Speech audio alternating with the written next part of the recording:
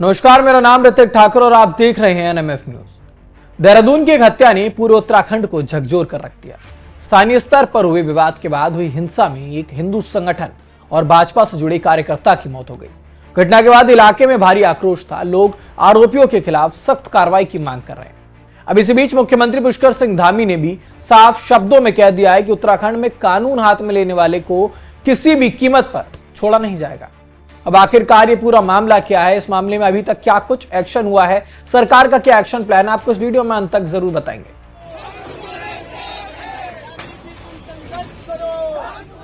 देहरादून में हुई इस वारदात के बाद पूरे इलाके में तनाव और गुस्से का माहौल है। पुलिस के अनुसार एक स्थानीय विवाद ने हिंसक रूप ले लिया और इस दौरान एक मारपीट हुई जिसमें एक हिंदू संगठन से जुड़े नेता की जान चली गई। घटना की खबर फैलते ही बड़ी संख्या में लोग सड़कों पर उतर आए और आरोपियों के खिलाफ कड़ी कार्रवाई की मांग शुरू कर दी। मामला इतना ज्यादा गरमाया कि लोगों ने पथराव किया, आगजनी हो गई। हत्या के बाद माहौल इतना ज्यादा गरमाया कि इलाके में अतिरिक्त पुलिस बल को भी तैनात करना पड़ा। परिजनों और स्थानीय लोगों ने प्रशासन के सामने न्याय की मांग रखी। लोगों का यह कहना था कि दोषियों पर ऐसी कार्रवाई होनी चाहिए जो भविष्य में किसी के लिए भी नजीर बने। तो ऐसे में इस घटना ने जैसे जैसे तूल पकड़ा, मामला सीधे सरकार तक पहुंच गया। मुख्यमंत्री पुष्कर सिंह धामी ने अधिकारियों से रिपोर्ट तलब की और साफ निर्देश दे दिए कि इस मामले में किसी भी दोषी को बख्शा न जाए।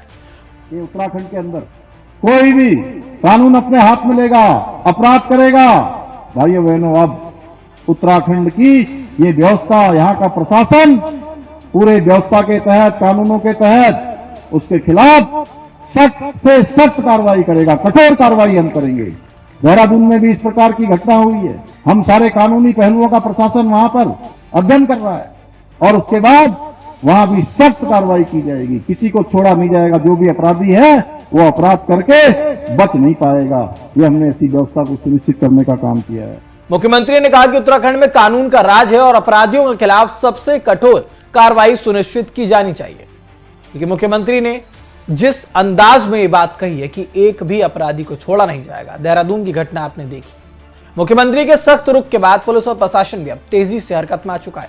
आरोपियों की तलाश के लिए विशेष टीमें लगाई गई हैं। कई जगहों पर दबिश दी जा रही है और मामले से जुड़े लोगों से लगातार पूछताछ शुरू की गई।